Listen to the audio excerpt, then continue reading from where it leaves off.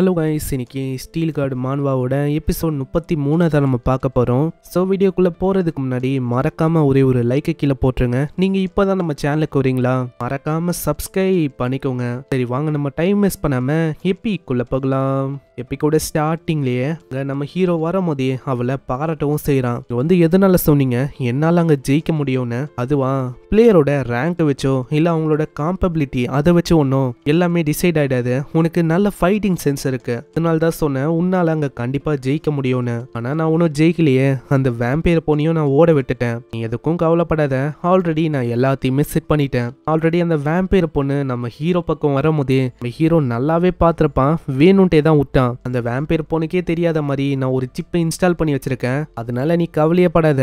In case அவ உயிரோட இருந்தா இந்த வேவ் முடியறதுக்குள்ள அவளை நம்மளால ஈஸியாவே பிடிக்க முடியும். இந்த சைடு வேம்பையர் பொண்ணு ஒரு பையன் கிட்ட மாட்டிருப்பான்ல, அந்த பையன் வித்தியாசமா ஒரு லாங்குவேஜ்ல பேசுறான். நீ வந்து ரொம்ப ஸ்ட்ராங்கா இருக்கியா, நீ ரொம்ப ஸ்ட்ராங்கா இருந்தனா கண்டிப்பா நீ இங்கேயே இறந்து போகணும். இதை கேட்கிற அவளுக்கு சரியான வாய்ப்பா தெரியுமா, தலையை வெட்டிலான ஓடி வரா. ஆனா கண்ணை மூடி துறக்கிறதுக்குள்ளேயே கண்ணா பின்னான்னு அவன் ஸ்லாஷ் அடிக்கிறான். அந்த இடம் முழுக்க அப்படியே சரிஞ்சு விழ ஆரம்பிக்குது. இதை பாக்குற வேம்பையர் பொண்ணு இன்னமும் ஷாக் ஆகுறா. அவன் வந்து எப்படி இதை பண்ணா, என்னோட கண்ணால அதை பார்க்க கூட முடியல.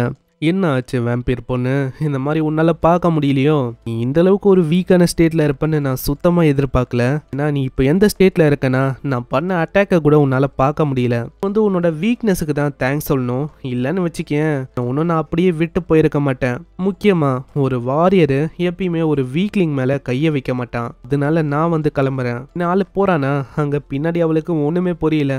இந்த உலகத்துல என்னதான் ஆயின்னு இருக்கு, நான் ஒரு டைமும் ஒரு வித்தியாசமான பைத்தியக்காரங்க கிட்ட நான் மாட்டிக்கிறேன். அதுக்கப்புறம் அந்த ஏஜென்சியை காட்டுறாங்க. அவங்க சியோல காப்பாத்துறதுக்கு என்ன பண்ணலான்னு யோசிக்கிறாங்க. ஏன்னா எங்க பார்த்தாலும் மாஸ்டர்ஸா இருக்கு. இப்படி இவங்க யோசிக்கும் போதே இந்த எத்துக்கு இன்னொருத்தரும் மெசேஜை கொண்டு வராரு. அதுவும் முக்கியமா வேற ஒரு எத்தை பத்தி தான். நம்ம ஹீரோ வந்து ஒரு எத்துல தாக்கி ஜெயிச்சிருப்பான்ல, அந்த இடத்த பத்தி சொல்ல அவங்க இன்னமும் ஷாக் ஆகுறாங்க.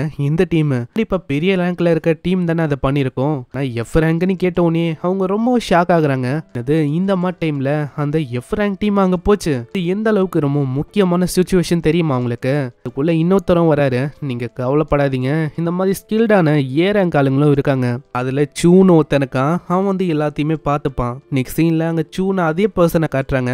மெயின் எபிலிட்டி என்னன்னா மாஸ்டர்ஸை கண்ட்ரோல் பண்றது. அங்க அவங்களோட ஆளுங்களும் மக்கள் எல்லாத்தையுமே கண்ட்ரோல் பண்றாங்க. உடனே அவன் சொல்றான், இதுக்கு மேலேயே என்னால பொறுக்க முடியாது இப்படின்னு சொல்ல அந்த மாஸ்டர்ஸுங்க பயங்கரமா அங்க அப்பியர் ஆகுதுங்க. இந்த சைடு 2-3 பொண்ணுங்களை காட்டுறாங்க. அந்த பொண்ணுங்களுக்கும் இங்க வந்து எப்படியாச்சும் தப்பிக்கணும்னு இருக்கு.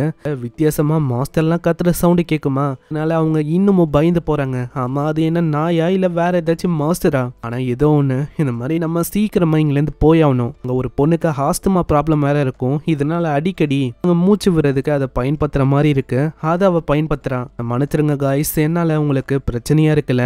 இல்ல இந்த மாதிரி நம்ம ஒன்னாவே தப்பிக்கலாம், பிரச்சனையே இல்லை. ஆனா அதுக்குள்ள சவுண்ட் எல்லாம் கேட்குமா, ஒரு வித்தியாசமான மாஸ்டர் அங்க அப்பியர் ஆகுது. அங்க 2 பேரும் வசமா மாட்டிக்கிறாங்க. 2 பேரும் சைட்ல ஒழிஞ்சுக்கிறாங்க. 2 பேரையும் மாஸ்டருங்க தூக்கின்னு போகுமா. அங்க அவ சொல்றான், வந்து இங்கேயே வெளியில வராத, ரெஸ்கியூ டீமுக்கு வெயிட் பண்ணு, கண்டிப்பா யாராச்சும் வருவாங்க. ஆனா நான் வந்து இப்போ உன்னை காப்பாத்துறதுக்காக ஓடி ஆகணும். இங்கேயே சொன்னா கீழே இப்படி நான் ஓடி போறான். அங்க ஓடும் போதே கத்துறா, ஏ பைத்தியக்கார ஜாம்பி பசங்களா, நான் இங்க இருக்கேன் இப்படின்னு கத்த. அந்த இடத்துல அந்த பொண்ணு அதுங்க தூக்குதுங்க. ஆஸ்துமா பிரச்சனையோட இருக்கிற அந்த பொண்ணுக்கு பாவம் என்ன பண்ணுன்னே தெரியல. அதனால அவ இன்னமும் பயந்து போய் உட்காரா. தயவு செஞ்சு யாராச்சும் வந்து எங்களை காப்பாத்துங்க, முக்கியமா என்னையும் எங்களோட ஃப்ரெண்ட்ஸையும் தான். இந்த உலகத்துல காப்பாத்துறதுக்கு யாருமே இல்லையா? இவ வாய மூட்டை யோசிச்சுட்டு இருப்பாளா? அந்த இடத்துல அந்த மாஸ்டரும் இவளை பார்த்தது. மாஸ்டரும் அப்படியே கொல்லலான்னு வருமா, திடீர்னு ஒரு ஆரோ வந்து பயங்கரமா தாக்குது. அதுக்கு காரணமும் நம்ம லீ தான். இந்த இடத்துல ஹோலி பவரோட நம்ம லீ வருவானா, அதை பார்த்து அவ இன்னமும் ஷாக் ஆகுறா. ஆமா, நீங்க யாரு? நீங்க என்ன ஒரு ஏஞ்சலா? அதுக்கப்புறம் அவன் மயங்கி போயிடறா. அவளுக்கு பழைய விஷயம்லாம் அங்க ஞாபகம் வருது. சீன் அப்படியே பாஸ்ட்டுக்கு போகுது. அந்த ஆஸ்துமா பிரச்சனையோட இருக்கிற அந்த பொண்ணோட பாஸ்ட்டை காட்டுறாங்க. அவளோட அப்பா அம்மாவும் அங்க சண்டை போட்டு இருக்காங்க. ஏன்னா எல்லா பக்கமும் மாஸ்டர்ஸா இருக்கு. இதுல ஆஸ்துமா பிரச்சனையோட இருக்கிற இவள் நம்ம கொண்டு போனோமான்னு அப்பாக்காரன் சொல்லிருக்கான். அந்த பொண்ணோட அம்மா அங்க விடாம சப்போர்ட்டிவா இருப்பாங்களா? அந்த இடத்துக்கும் மாஸ்டர் அப்பியர் ஆகுது. இதுக்கப்புறம் தான் அவங்க ஓடி போக ஆரம்பிச்சிருப்பாங்க. அந்த ஃப்ரெண்டு கூட ஓடி போய் அங்க இருக்கிற மாஸ்டருங்க கிட்ட மாட்டிக்கிறாங்க. இப்படின்னு எல்லாமே கனவாவது. அவ பயந்து போய் முழிச்சுக்கிறா. அப்பனா என்னோட ஃப்ரெண்ட்ஸ் அவங்களுக்கு என்ன ஆச்சு, அவங்க நல்லா இருக்காங்களா? வெளியிலயும் ஒரு பேச்சு போயின்னு இருக்கும். 3 பொண்ணுங்களை மாஸ்டர்ஸ் வந்து தூக்கின்னு போயிடுச்சு. டைம்ல நம்ம வந்து என்ன பண்றது, நம்ம தான் தான் ஏதாச்சும் பண்ணணும். ஆனா நாங்க ஒன்றும் ரெஸ்கியூ டீம் இல்ல, இது எங்களோட கடமையும் இல்ல. யாருன்னு தெரியும்ல, நாங்க கார்டிங் டீம். வாலண்டியரியா எங்களோட இன்வால்வ்மெண்ட் அது எவ்வளவு முக்கியம் தெரியும்ல உங்களுக்கு. அப்படி இருக்கும்போது வேஸ்டா அந்த பொண்ணுங்களை நாங்க எதுக்கு காப்பாத்தணும்? ஏன்னா தெரியல அந்த பொண்ணுங்க உயிரோட இருக்கிறாங்களா இல்லையான்னு. நம்ம ஹீரோ எவ்வளவோ சொல்றான், அந்த பொண்ணுங்களும் முக்கியம், அவங்களும் சிட்டிசன்ஸ், அவங்கள காப்பாத்தணும்னு. நான் அந்த சூ அவன் வந்து கேட்குற மாதிரியே இல்ல. வேணும்ட்டே நம்ம ஹீரோ ஒரு ஐடியாவை பண்றான். இவங்க வந்து கேட்க மாட்டாங்களே, அதனாலேயே ஒரு கதையை அவன் கத்தி வர்றான். உங்களுக்கு பிளாக் மேஜிக் ஆர்கனைசேஷன் அதை பத்தி தெரியுமா? அந்த ஆர்கனைசேஷன் ரொம்ப கொடூரமான ஆர்கனைசேஷன் ஆச்சு. பிளாக் மேஜிக்கை பர்ஃபார்ம் பண்ணி சில பல ரிச்சுவல் அவங்க பண்ணுவாங்க. அதுவும் பொண்ணுங்க மேலதான் அவங்க பண்ணுவாங்களே. அதே தான் இப்போ கரெக்டா அந்த பொண்ணுங்களை எதுக்கு கொண்டு போயிருக்காங்கன்னா அதே விஷயத்துக்காக தான் கொண்டு போனாங்களே. நான் எப்படி இதை சொல்றேன்னா, ஏன்னா ரீசெண்டா வந்து அந்த மாஸ்டருங்க அதுங்க பிளாக் மேஜிக் அசோசியேஷனோட ட்ரெஸ்ஸை போட்டு இருந்துச்சு. அதை வச்சுதான் நான் சொல்றேன். அதே மாதிரி ரிச்சுவலை பண்றதுக்கு எப்படியோ லேட் ஆகும். இப்போதைக்கு அந்த பொண்ணுங்க சேஃபா தான் இருப்பாங்க. சரி எல்லாமே ஓகே தான், இந்த மாதிரி நீ காப்பாத்த போறனே வச்சுக்கோ. ஆனா அவங்களோட லொகேஷன் அதுவும் நம்மளுக்கு தெரியாது. அப்புறம் என்ன நம்ம பண்றது? அதனால நம்ம தேவையில்லாம அங்க போக வேணாம். ஆனா அதுக்குள்ள அந்த பொண்ணும் வரா. நீங்க வந்து அப்போ என்ன சொல்ல வரீங்க? அவங்க வந்து இன்னமும் உயிரோட தான் இருக்காங்களா? நான் வந்து அந்த இடத்துக்கு போறேன், என்னால முடிஞ்ச விஷயத்த நான் பண்றேன். ஈவன் என்னையே நான் சாக்ரிஃபைஸ் பண்றதுக்கு தயாரா இருக்கேன். அட எனக்கு புரியுதுமா நீ எப்படி ஃபீல் பண்றேன்னு. இப்படி பண்றது ரொம்ப ஆபத்தான விஷயம், நாங்க வந்து பாத்துக்கிறோம். அட இவர் வந்து அவரே தானே அந்த ஏஞ்சலு, நான் பார்த்து ஏஞ்சலே இங்க வந்திருக்காரா? இப்பதான் எனக்கு ரொம்ப ரிலீஃபா ஃபீல் ஆகுது. அந்த இடத்துல என்ன ஆச்சுன்னு தெரியல, சடனா அவன் மயங்கி போயிடறா. இதை பார்க்குற லீ பயந்து போயிடறான். ஆமா லீ நீங்க என்ன பண்ணீங்க? அட நான் என்ன பண்ணேன்? நான் எதுவுமே பண்ணலையே. லீ கிட்ட நம்ம சூ வந்து கேட்குறாரு, ஆமா இந்த மாதிரி எப்படி நீங்க அதை பண்ண போறீங்கன்னு. நான் அவங்களோட லொகேஷன் அது வந்து நம்மளுக்கு சுத்தமா தெரியாது. நீங்க அதை பத்திலாம் கவலையே பட வேணாம், அது ரொம்ப சிம்பிளான விஷயம் தான். நான் என்னையே கிட்னாப் செய்ய வைக்க போறேன். இதுக்காகவே ஆளு வித்தியாசமா அங்க ட்ரெஸ் எல்லாம் போடுறான். இதை பார்த்து அவங்க ரொம்ப ஆச்சரியமா வராங்க. இதை ஒண்டி அந்த அசோசியேஷன் ஆளுங்க பார்த்தாங்கன்னா அவ்வளவுதான், அவங்களே உன்னை கிட்னாப் பண்ண மாட்டாங்க. அந்த அளவுக்கு கருணை கொடூரமா இருக்க நீ. வேற வழி தெரியல. இந்த கோலமும் நல்லா தான் இருக்கு, இது ஒன்றும் பேட் ஐடியாவா எனக்கு தெரியல. சர்ஜன்லி நீங்க சொல்றபடி பார்த்தா நீங்க சொன்ன விஷயம் என்ன உண்மையா?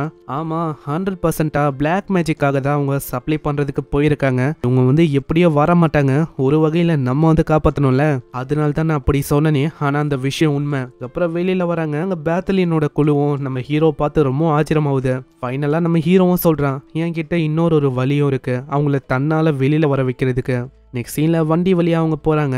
இந்த சைடு நம்ம ஹீரோ அந்த பொண்ணு இவங்க ரெண்டு பேரும் அவங்க தனியா வெயிட் பண்றாங்க. அந்த பொண்ணும் ப்ரே பண்றா, கண்டிப்பா எல்லாருமே சேஃபா இருக்காங்கன்னு நம்புறேன், யாருக்குமே எதுவும் ஆகக்கூடாது. அதுக்கப்புறம் வேற ஒரு சீனை காட்டுறாங்க. அந்த மாஸ்டர்ஸும் அந்த பொண்ணுங்க முன்னாடி பயங்கரமா கத்த ஆரம்பிக்குது. அந்த பொண்ணுங்களும் ரொம்ப பயந்து போறாங்க. இந்த சைடு நம்ம லீயும் சொல்றான், அவ்வளவுதான் நம்மளோட ரெஸ்கியூ ஆபரேஷனை ஆரம்பிக்க வேண்டியதான் இப்படின்னு இவன் சொல்றான். இங்கே இந்த எபிசோட முடியுது. பார்க்கலாம் நம்ம ஹீரோ எப்படி அந்த பொண்ணுங்களை காப்பாத்துறான்னு. ஆளு ஒரு வித்தியாசமான கோலத்துல இருக்கான், என்னென்னலாம் பண்ண போறானோ. ஸோ எல்லாத்தையுமே நம்ம நெக்ஸ்ட் எபிசோட்ல பார்க்கலாம். ஸோ மறக்காம ஒரு லைக் போட்டுருங்க. நீங்க இது வரைக்கும் நம்ம சேனலுக்கு சப்ஸ்கிரைப் பண்ணலையா? சப்ஸ்கிரைப் பண்ணிக்கோங்க. நான் உங்களை நெக்ஸ்ட் எபிசோட்ல சந்திக்கிறேன். தேங்க்யூ ஃபார் வாட்சிங். சயனரா.